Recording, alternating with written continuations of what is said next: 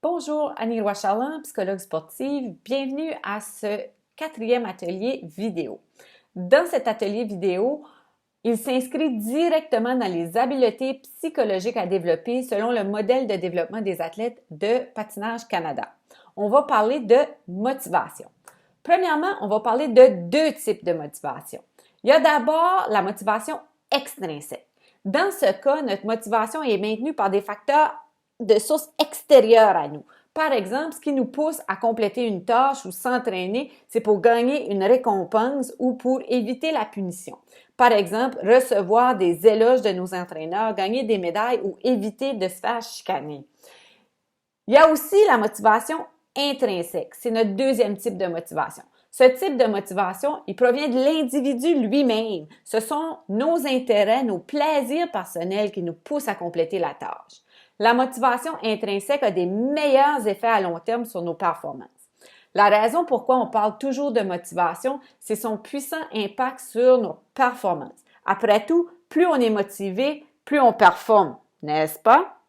Oui et non. Plus on est motivé intrinsèquement, plus on performe. Il faut donc revenir à la base, réapprendre à patiner pour le plaisir de patiner et non seulement pour gagner des médailles ou recevoir des éloges. Cette façon de penser, de se motiver, va non seulement avoir des meilleurs effets sur notre sentiment de progrès personnel, sur notre sentiment de compétence, mais elle va aussi se traduire dans des meilleures performances en compétition à long terme. Comment augmenter notre motivation intrinsèque? Sortez vos cahiers, on va faire quelques exercices. D'abord, parlons des défis.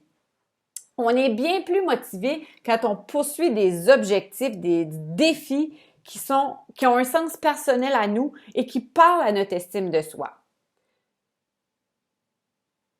Les objectifs doivent être atteignables, mais sans être trop faciles. Donc, vous devez vous choisir des défis qui sont simples, que vous pouvez exécuter, qui sont atteignables, donc qui sont réalistes pour vous, mais qui sont pas trop faciles pour vous. Il faut quand même qu'il y ait un défi, qu'il y ait de la pratique nécessaire.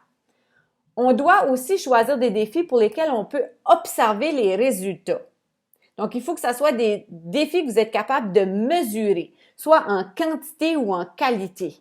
Donc, vous êtes capable de voir, OK, j'ai atteint ce résultat-là ou non. Ce type de défi-là va avoir des effets sur votre motivation. Ça va vous pousser à vous motiver, mais ça va aussi vous pousser à vous dépasser dans vos activités parce que vous allez pouvoir augmenter un petit peu le défi au fur et à mesure que vous allez les atteindre. Deux autres éléments pour vous aider à vous motiver intrinsèquement. La question de contrôle. Choisissez des défis pour lesquels vous avez le contrôle, que vous pouvez mettre les efforts et que vous n'êtes pas dépendant des autres pour le mesurer. Vous devez pouvoir vous-même contrôler l'accomplissement de la tâche dans votre environnement et obtenir les résultats désirés. Deuxième élément, la coopération. La motivation intrinsèque peut être augmentée dans des situations où on peut obtenir des satisfactions en s'entraidant. Si vous pouvez avoir un partenaire ou pour un ami, pour travailler ensemble sur vos exercices de motivation, même si vos défis sont différents, ça peut vous aider. Donc, bonne pratique, à bientôt. On se parle de d'autres sujets passionnants de la psychologie sportive sous peu.